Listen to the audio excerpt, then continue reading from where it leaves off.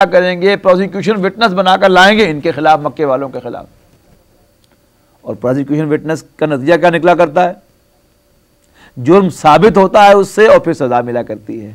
और आखिरत में जब सजा मिलेगी तो नतीजा क्या निकलेगा? जहन्नम का ईंधन बनेंगे हुजूर सल्लल्लाहु अलैहि वसल्लम के अपने ही खानदान के लोग, अपने ही अजीज़ व अकारब, अपने ही कबीले के अफराद। तो मोहम्मद अरबी सल्लल्लाहु अलैहि वसल्लम से बढ़कर तो कोई शफकत वाला, मेहरबानी वाला पैदा ही नहीं हुआ, तो कैसे गवारा हो? लिहाजा हज़रत अब्दुल्लाह इब्न मसूद फरमाते हैं कि जब मैं इस आयत पर पहुंचा तो हुजूर सल्लल्लाहु अलैहि वसल्लम, हस्मुक हस्मुक हस्मुक, ठहर जाओ ठहर जाओ ठहर जाओ। कहते मैं नज़र उठाकर देखा तो हुजूर सल्लल्लाहु अलैहि वसल्लम की आंखें आंसुओं से तर थीं, दाढ़ी मुबारक भी आंखों से भीग चुकी थी आंसुओं के साथ, इस एहसास के साथ कि मैं क़यामत के दिन अपनों के खिलाफ गवाही दूंगा।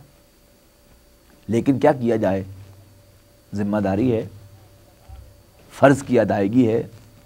अल्लाह ताला रसूलों को भेजता ही इसलिए है, इन्ना अरसलनाका शाहिदन, ऐ नबी हमने आपको शाहिद बनाकर भेजा, गवाह बनाकर भेजा, व मुबश्शिरन, और खबरदार कर, खुशखबरी देने वाला बनाकर भेजा, व नज़ीरन, खबरदार कर देने वाला बनाकर भेजा, व दाइयन इल्लाहि बिइज़्निही, अल्लाह के हुक्म से उसकी तरफ बुलाने वाला बनाकर भेजा, व सिराजम मुनीरा, और हिदायत का एक रोशन चिराग बनाकर भेजा।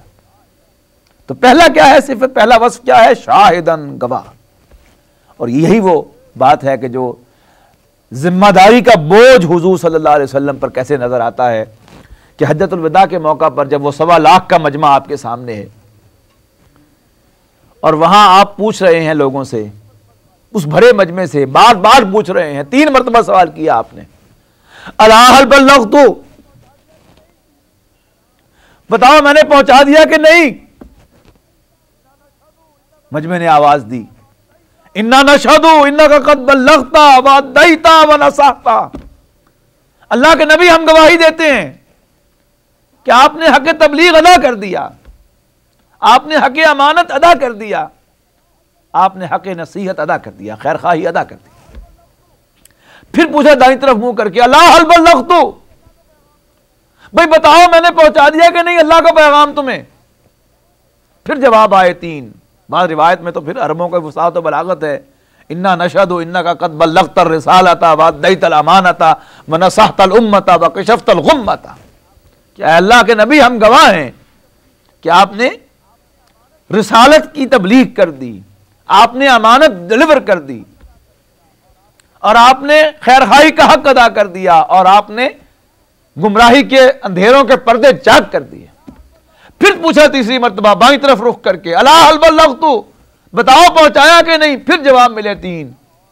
फिर आपने आसमान की तरफ देखा और अपनी शहादत की उंगली उठाई और फरमाया, अल्लाहुम्मा शहद अल्लाहुम्मा शहद अल्लाहुम्मा शहद, ऐ अल्लाह तू भी गवाह है कि ये गवाही दे रहे हैं कि मैंने तेरा पैगाम इन तक पहुंचा दिया है, ताकि क़यामत के दिन मुजरिम मैं करार ना पाऊं, मुजरिम ये करार पाए अगर ये अमल नहीं करते।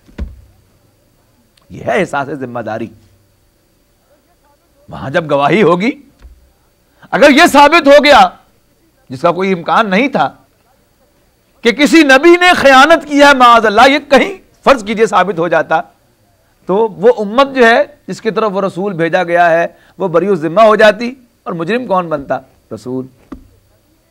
लेकिन पहले यह साबित होगा कि नबी ने अपना फर्ज अदा कर दिया, नबी ने हक अमानत अदा कर दिया, हक खैर खाही अदा कर दिया, हक तबलीग अदा कर दिया।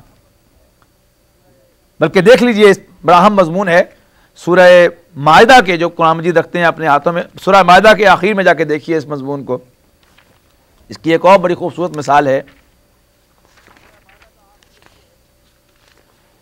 सूरह मायदा का आखिरी रुकू है, आयत नंबर 116 सूरतुल मायदा की।